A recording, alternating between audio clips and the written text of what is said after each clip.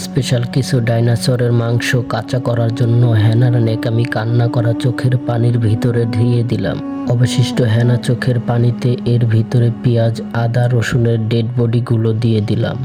সাথে 2 বস্তা পরিমাণ টেবিল হলুদের গুঁড়া দিয়ে দিলাম এবং যতটা পরিমাণ মরিচের গুঁড়ার দরকার তার চেয়েও বেশি দিয়ে দিব যাতে জালে মুখ মেরে আসে। এগুলো ভালো মতো পুড়ে যাওয়ার জন্য কিছু পরিমাণ কল থেকে আনা পুষ্কুনির পানি দিয়ে দিব। কিছু পরিমাণ সাদা বালু দিয়ে দিলাম। নেড়েচেড়ে দীর্ঘ অনেকক্ষণের মতো দেখে অনেকগুলো ভালো করে সিদ্ধ করে নেবেন যাতে কাঁচা থাকে।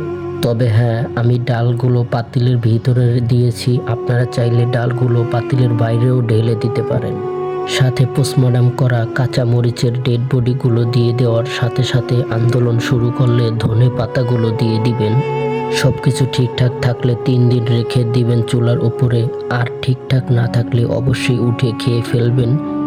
বিশ্বাস করেন, এগুলো দেখতে যেমন বাজে সুন্দর, এগুলো স্বাদও অত্যন্ত বাজে সুস্বাদু ছিল।